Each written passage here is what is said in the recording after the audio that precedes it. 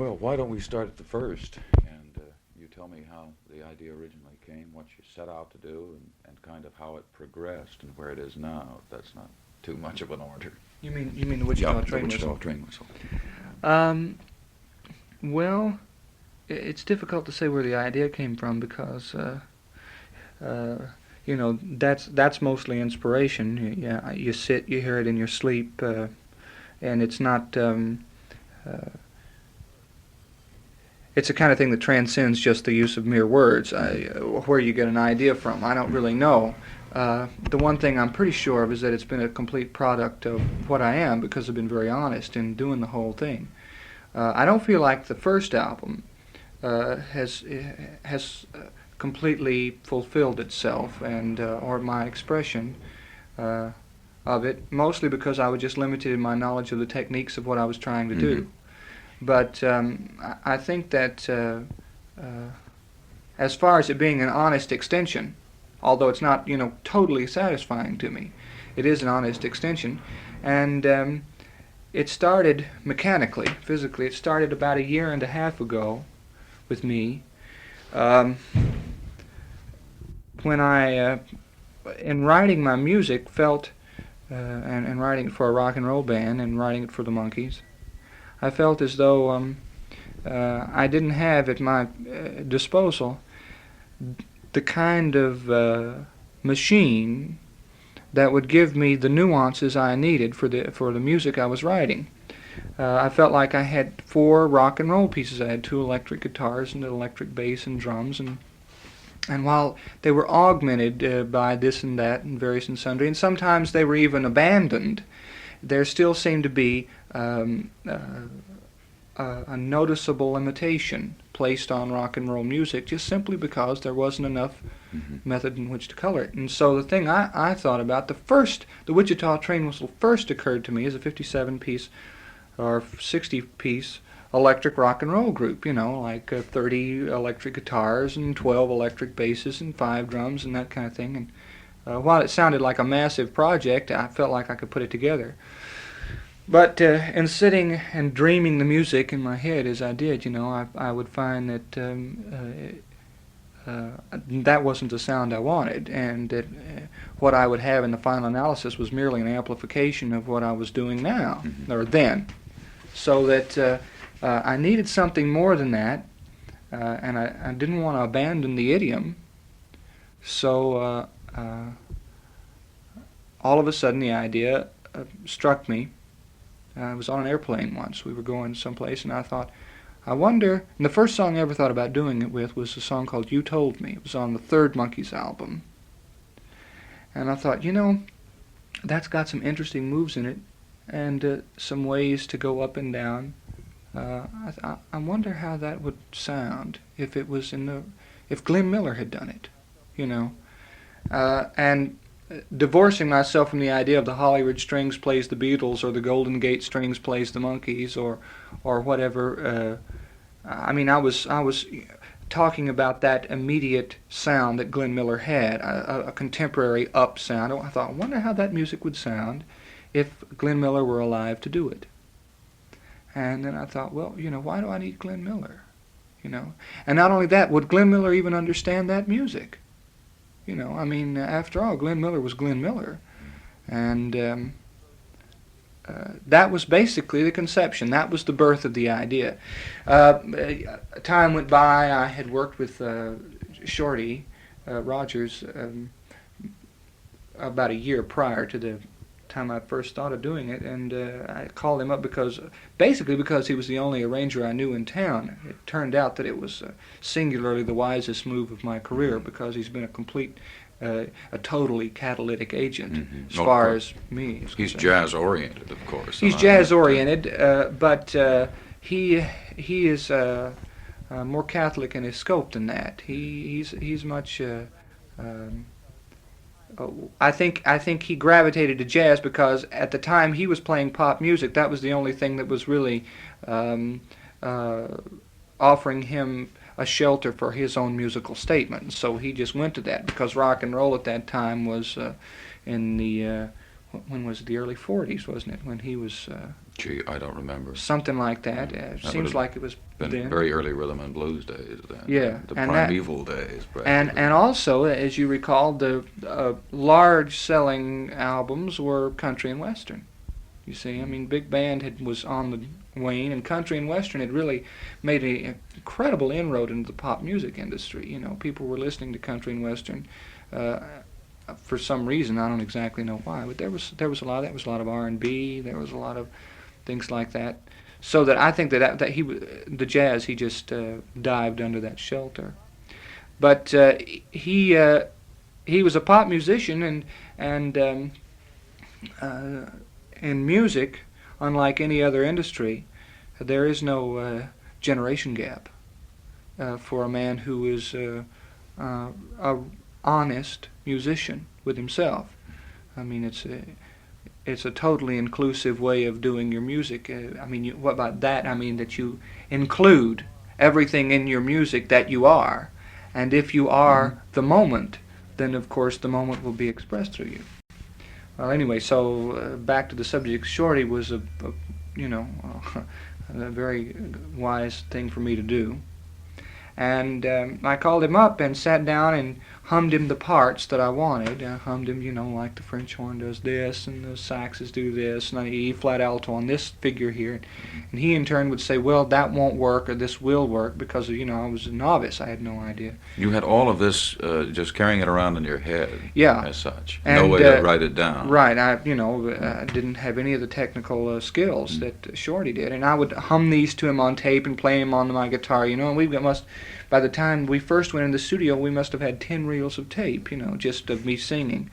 And the first time we went in the studio was in September of '65. We recorded 3 songs, and while they were exciting only in their concept, because the product was a disaster, as far as I was concerned. Now, September of '65. Now, this started long before the Monkees. Then is that? No. No, because September, the Monkees were rolling in September of '65, weren't they? No, wait, I'm talking September of '66. '66, okay. That's it. That was I'm the a year debut off. of the Monkees. That was about Right, that time. I went in right when the Monkees went on. I was thinking about this before the Monkees hit. And it was, a real drag. I was very disappointed in the product itself.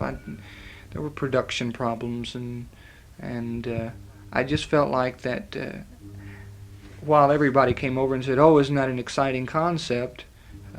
I wasn't selling just a concept. I wanted to sell the product as well. So I just let it stew, and figured that I would grow.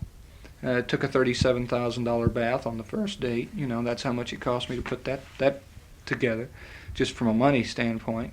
And I still feel the repercussions of that from a tax standpoint, as a matter of fact. And so I just grew and simmered, and the Monkees did this and the Monkees did that, and I became sort of involved in that, and then finally became totally involved in it, and even still, I'm now very happily associated. I really dig it. And then after about a year and a half, I thought the time has come. I think I know where I want to go. I sat back down with Shorty. We sat together between thousands and thousands of yards of tape and put together what is the first album of the Wichita Train Whistle. And at that point, when the product came out then, I was thoroughly satisfied. Now, again, I've grown on, you see, and so I'm no longer satisfied. And I think that the next album of the Wichita Train Whistle will prove even more honest and more genuinely what I want to say. How big a thing do you envision? Are you talking in terms of several albums, or are you just? Well, it's very important to me. Like I was talking to you earlier, it's very important to me to that people know that I have no desire to exist on the lunatic fringe or on the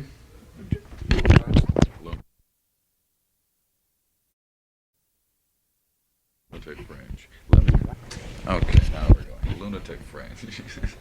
I don't want to be out on the lunatic fringe of it, or I don't want to be in the conservative hardcore of it. I want to. The Wichita Train Whistle to me is pop music, because I totally identify with pop music. I love the Beach Boys, and I love the Beatles, and I love the Rolling Stones, and I just can't.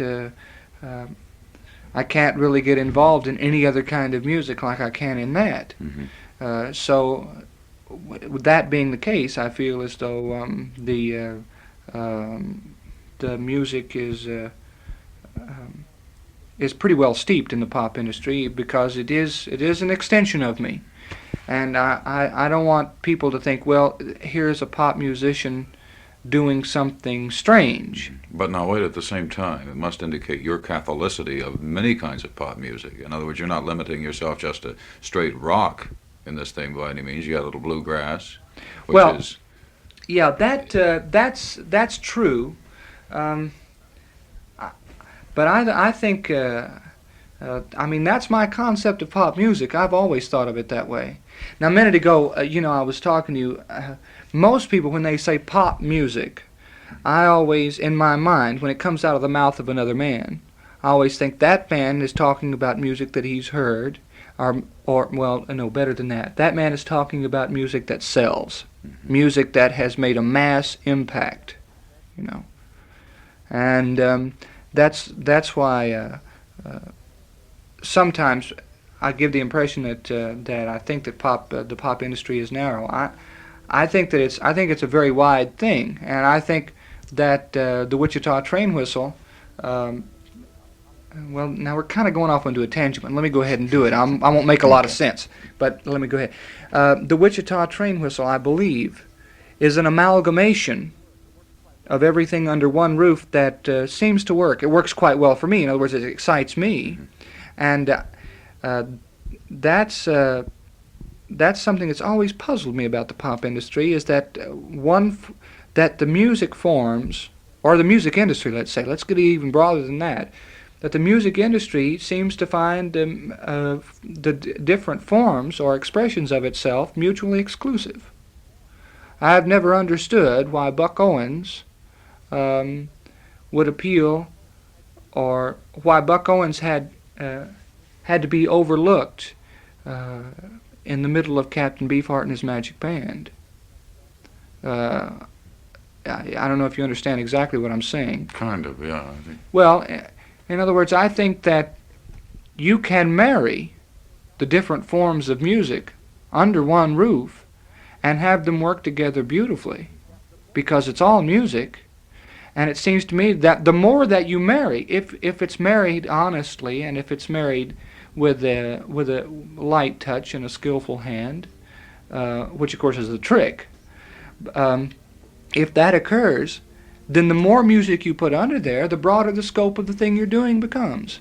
And that certainly seems valid to me. That's very valid, very good thought. Yeah. And that's another effort that I'm making on the part of the Wichita Train Whistle, is to amalgamate music so that each form will blossom even more than it had on its own, and be strengthened by the unity of the music. That's an important thing when you consider the Wichita Train Whistle. And incidentally, which may be a subconscious reason why I picked Wichita, because Wichita, Kansas, I don't exactly know. I'm talking off the top of my head because I've never really analyzed why I named it the Wichita Train Whistle.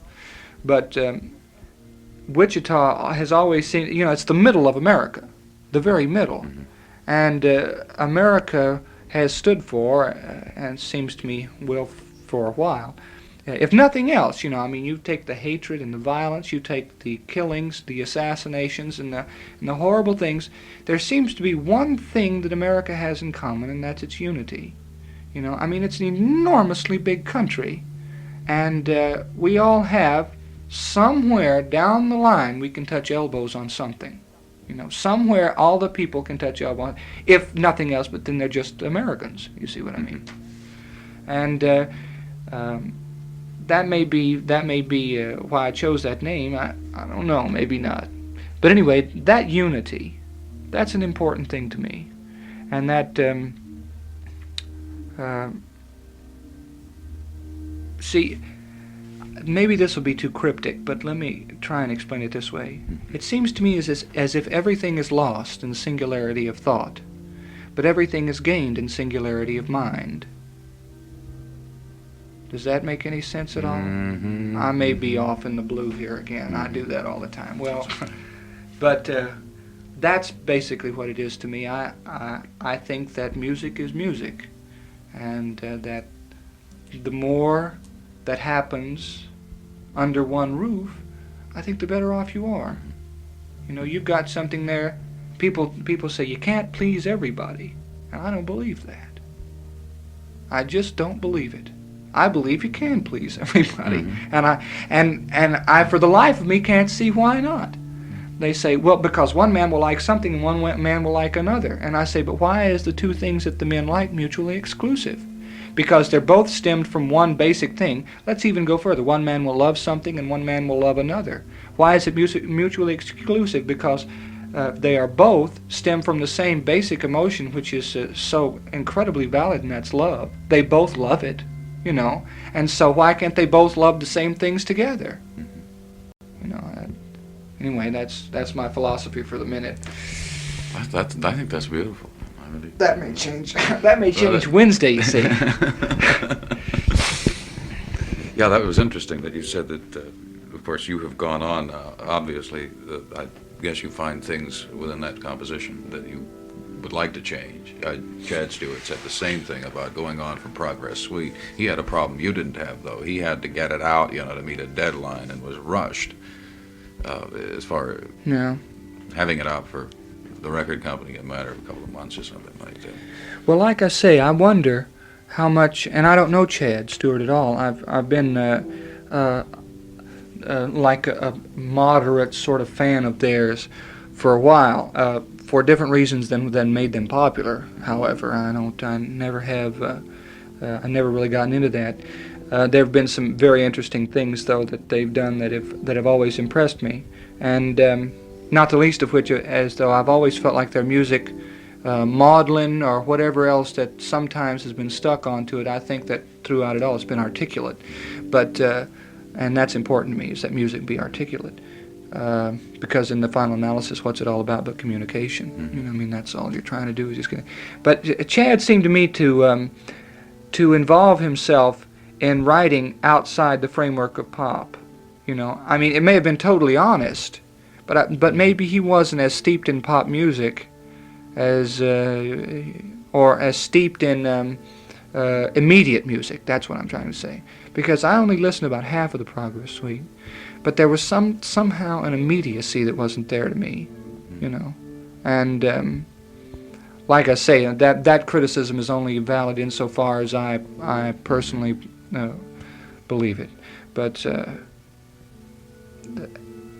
what I told you a minute ago, like it seemed to me as if here was a man trying another medium.